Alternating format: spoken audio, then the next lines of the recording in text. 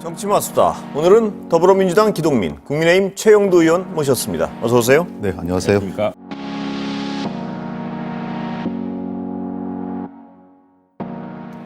어제 그 전반적으로 아주 새로운 스타일의 선대위 출범식이었습니다. 예. 특히 역대 대통령, 우리나라 대통령들은 굉장히 말하자면 전지전능한 대통령 리더십을 항상 가시해 왔는데 어제 뜻밖의 윤석열 후보는 혼자서 이끌어 나가는 시대가 아니다라고 이야기했습니다. 사람이 아니라 사람들이 함께 만들어야 되는 것이라 생각을 했는데 종종 이제 윤석열 후보는 검찰총장이었으니까 어떤 총장의 이런 강력한 이미지를 갖고 있는데 뜻밖의 함께 해야 되고 캠프가 아니라 정당이 해야 되고 정당이 아니라 국회가 해야 되고 하는 이런 큰 틀의 통합의 리더십을 강조했습니다. 그동안 우리나라가 많은 그 혼란을 겪어왔던 것 중 많은 것 중에 하나 보면은 갑자기 대통령이 되면은 큰 역사적 업적을 남기려고 합니다. 그래서 갑자기 무언가를 합니다. 갑자기 그 원전을 없애려고 합니다. 그러면 그 전에 이미 수천억을 쏟아서 원전을 새롭게 수리하고 해놓고 다 그게 전문가들, 과학자들의 어떤 검증을 거쳐서 이루어진 일인데 대통령의 말 한마디는 국무회의 토론, 모든 관련 부처의 토론이나 검토 없이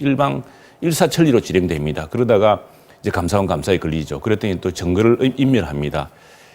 이런 비정상이라는 것이 과도한 대통령의 리더십, 절대적 권위주의적 그런 리더십에 비롯된 것이기 때문에 지금 많은 사람들이 윤석열 후보가 되면 무슨 강력한 무슨 사정을 하지 않을까 생각하지만 전혀 그런 것이 아니고 시스템에 의해서, 사람들에 의해서, 내각에 의해서, 국무회의에 의해서 또 정당에서 정당 간의 협력을 통해서 하겠다는 그런 리더십이야말로 공정과 상식을 회복하기 위한 가장 중요한 키워드 아닌가 생각했습니다. 최 의원님 어떤 시스템을 많이 강조하셨는데 엊그제인가요? 그 윤 후보 말씀 보면 역겨운 내로남불 굉장히 발언 세시던데 그거랑 그 취지는 꼭 아니신 것 같은데요.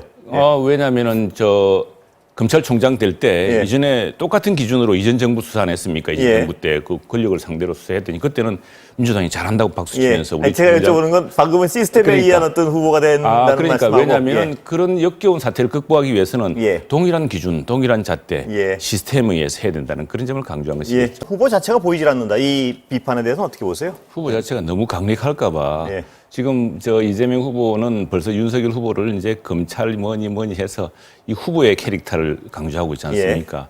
근데 지금 저도 이제 최근에 후보를 좀 만나보고 하면 뜻밖의 여러 가지 다른 측면들이 많이 보입니다.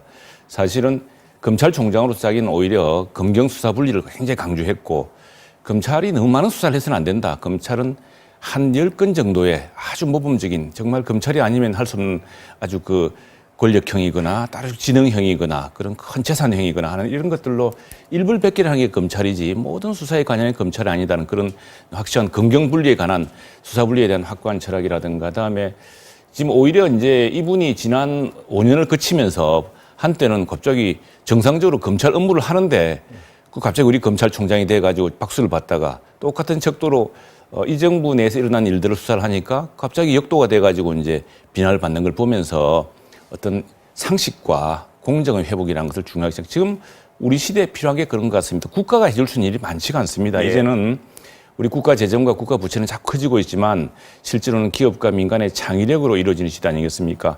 BTS가 저렇게 세계적으로 명성을 날릴 동안 국가가 뭘 했습니까? 오히려 그런 게 방해가 안 되도록 해야겠죠. 그럼 무엇이냐? 공정한 거. 갑자기 인국공처럼 내 자리 여기 있다가 갑자기 여기에 일자리 벼락이 떨어져 가지고 갑자기 일자리가 생기는 그런 게 아니라 공정하고 상식이 있고 그다음에 법치에 의해서 움직이는 나라가 저는 이 다음 대통령으로서 가장 중요한 일이고요. 그다음에 이렇게 큰 나라 아니겠습니까? 우리가 인구 5천만에 소득 3만 불 이상은 세계에서 7개 나라밖에 없습니다. 그중에 한 나라입니다.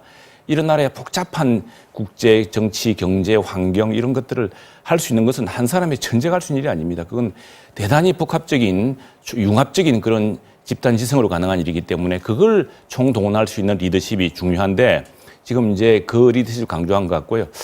그리고 또 하나 이제 누구가 후보이냐 안 보인다. 이게 대통령의 나라입니까? 대한민국 국민의 나라죠. 대통령은 국민의 어떤 의지를 모아서 가장 지혜롭게 내각과 국회와 함께 일을 하는 사람이어야 되죠. 그래서 그런 의미에서 저는 오히려 그게 그렇게 비쳤다면은 저는 성공한 거다 이렇게 이야기하고 싶고. 어떤 리더십이 필요한 겁니까? 대통령은 국민이 인정해야죠. 국민이니까 인정하는 거 말고 대통령 스스로의 어떤 그 능력 중에는 어떤 게 가장 강조돼야 된다고 보십니까? 바로 공정과 상식이라고 생각합니다. 기본적으로. 그리고 포악하지 않고 굉장히 균형 잡혀 있고 사람을 아주 공정해 볼 수 있고, 아니 내 사람이라고 내가 쓰고 저 사람 기분 나쁘다고 갑자기 그 사람 욕을 퍼붓고 그렇게 해서는 안 되겠죠.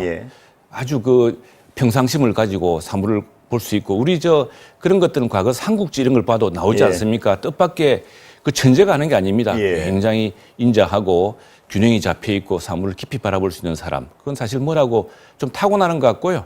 그래서 김종인 위원장이 이야기했듯이 초저녁에 뜬 별이라든가 또 별의 순간을 만든 사람이 따로 있는 것 같습니다. 김병준 위원장하고 김종인 위원장은 어떻게 융합이 되겠습니까? 저는 융합이 될 수 있다고 보고요. 또 그런 것도 나쁘지 않다고 생각합니다. 글로벌 회사에서는 위험을 관리하기 위해서 일부러 레드팀을 둡니다. 일부러 잘 나가고 있는 것을 시비를 걸어서 그렇게 하기도 하고 하거든요. 그래서 이제 어떤 뭐랍니까 스트레스 테스트도 해보고 과연 이게 정말 가능한 것이냐. 일부러라도 내부 논쟁을 해야죠.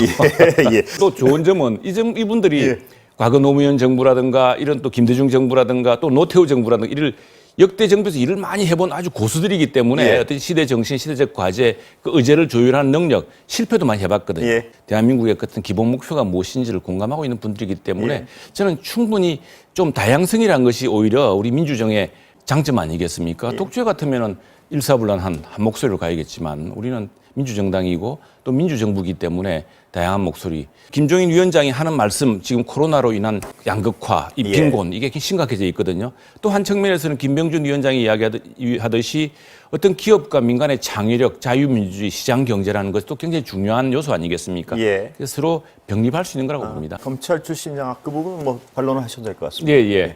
검찰 하다가 바로 온 게 아니고요.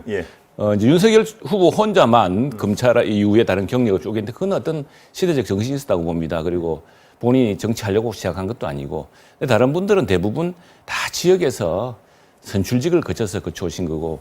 근데 저는 사실 우리 당에서 민주당 공격하는 은사 중에 제일 저도 못마땅하다고 생각하는 게 운동권 출신이라고 이야기하는 건 좀 못마땅하다고 생각합니다. 왜냐하면은 운동권이 젊은 시절 운동했고 30대, 40대 다 선출직으로 또 구청장으로 또 다 단련되어 온 사람들을 지금 그냥 한꺼번에 운동권이라고 이야기하는 것도 하듯이 검사로서의 직업을 택한 적이 있었지만은 그 뒤로 다 선거를 통해서 공직 경험을 쌓고 했던 분들 아니겠습니까? 그래서 똑같이 좀 공평하게 그때 보건.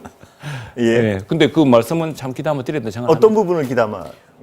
지금 뭐 젊은 사람들에 대한 태도 여전히 검찰 부분은 검찰 부분은 그 부분은 뭐 우리 당의 그런 인재 풀이 또 그런 상황이 또 사실이니까. 그러나 그분들이 검사 출신이어서 검찰의 그런 뭐 지금 잘못된 수사 관행을 유지하려고 나오신 분들이 아니라 오히려 검찰의 그런 것들을 고쳐야 되겠다는 생각을 하는 분들이 많고 또 검찰에서 바로 오신 분들이 아니라 정말 국민들의 선택을 받는 유권자의 선택을 받는 선출직을 거쳐서 그 자리에 오신 분들이기 때문에 이제 다른 척도로 봐야겠죠. 그렇게 치면 또 민주당에도 검찰 출신 많습니다. 많고. 왜냐하면 우리나라에서는 역시 법조인들이 우리 학교 다닐 때나 보면은 상당히 직업 중에서 굉장히 다양한 경험을 할 수 있는 또 최고 정점의 어떤 경험을 할 수 있는 분들이었기 때문에 남을 단죄한다는 게 얼마나 위험한 일입니까? 그건 최고의 법률 지식과 최고의 어떤 사실관계를 가지고 사는 직업 아니겠습니까? 그런 문제에서 검사가 과연 정치인으로서 부적격이냐? 그렇게 보지 않습니다. 근데 이탈리아 정치의 그 부패의 정치를 끊었던 마니아 플리테 같은 것은 바로 검찰 출신 그 용감한 검사, 또 줄리아니도 용감한 검사였고 한때 또 검사들이 박수 받는 시절이 있었습니다. 그러나 기동민 의원 말씀하신 것처럼 너무 한 직군으로 쏠리면 안 될 테고 그런 경향은 없지만 부단히 경계해야 된다고 생각을 합니다.